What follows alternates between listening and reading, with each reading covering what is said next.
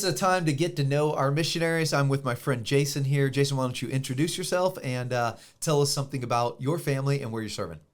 Jason Holt, missionary serving in Santiago, Chile. My wife's name's Lori. We've been married now for 22 years, going on 22 years. Amen. In December. We have 3 children, Katie, Joshua, and Andrew. They're 20, 18, and 16 years of age.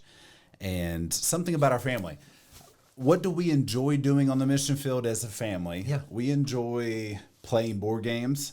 Nice. We're kind of one of those nerdy families, and that's always been fun through the years. I remember when the kids were small, when they were, let's say 6, 8, 10, we would play Monopoly. Okay. And I remember one day we finished, and Katie was crying, and Josh might have been crying, and I was winning, of course. Wow.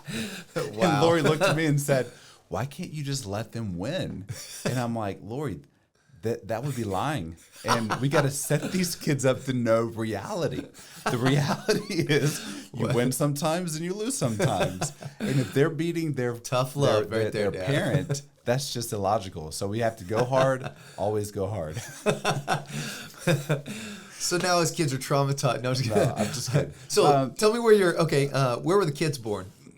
Katie was born in Atlanta, and then when she was 28 days old, we left for the field. Josh and Andrew were both born in Chile. Okay, and how did you meet your wife? We went to college together, and her last year, my next to last year, we had a Valentine banquet, and I just came back from Peru for my internship. Knew God was calling me to be a missionary, was taking the preliminary steps toward trying to get approved to be a missionary. All those things were going on, and I was going to start deputation single, and did start deputation single, but was praying, "Lord, before I go to the field, I really am asking you to help me change this single status, because I don't think it's your will to be for me to go single."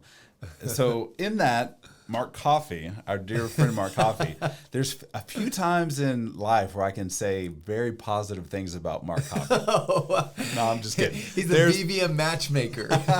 So he calls me one day and he says, "Hey, do you have a date yet for the Valentine banquet?" And long story short, I was good friends with Mark, and then Lori and Amy were good friends. They were actually in a dorm together. A dorm room with Terry Snowed. The 3 of them, their freshman year, were all in the same dorm room together, which is pretty interesting. So Mark ended up asking, and I said, "There's no way she would say yes if I ask her out." He's like, "I think she will." And I didn't know that he was sitting in the same room as her and Amy at the time where he's calling me. So he had a conversation. Laura's like, "Yeah, maybe." And Mark's like, boom, on the phone. And so magic of Mark. Yeah, I asked her. She said yes. And we ended up 6 months later getting engaged. 4 months after that, we got married. And a year and a month later, we left for the field. Amen. All right, so one of the most prestigious jobs that you had at college, could you tell us about that, please? This is crazy, thinking about how many overlapping ties there are to some of the guys here at the mission.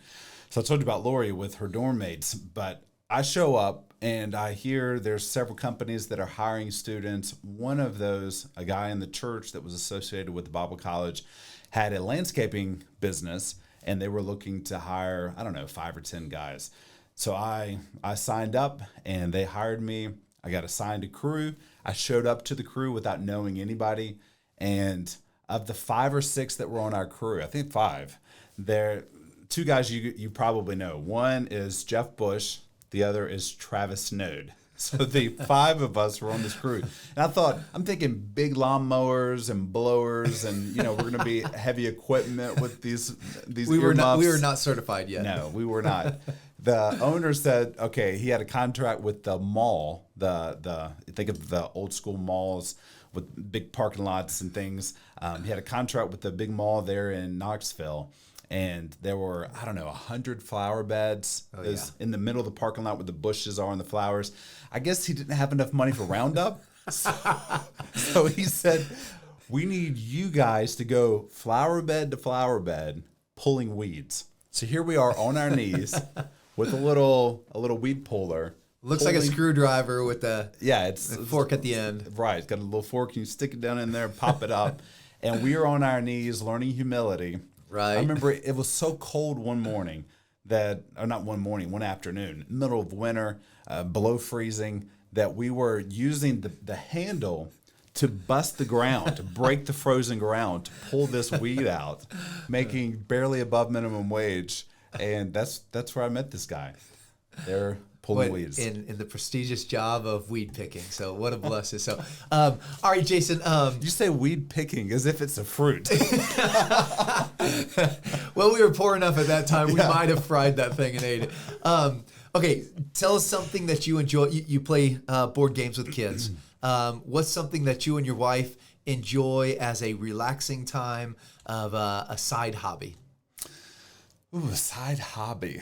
Hobby's always a bad question in my family because I'm not real good at giving answers for what hobbies are. You know, another thing that we do a lot of times as a family is go out for a hike.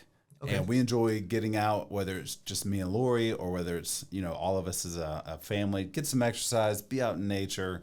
And we were in southern Chile a couple of years back, and we were going to try to find a place to hike. And it's kind of a little tourist area, and we're walking down the road, and there's these places that are selling tour packages. And we walked in. There's a volcano there close by, and the people were trying to sell us a guided hike up this volcano. And I'm thinking, I don't really know. It looks big. This is a big volcano. And the guy's like, there was an 85-year-old lady that did it recently. And I look at Lori, and hey, we could do this as a family.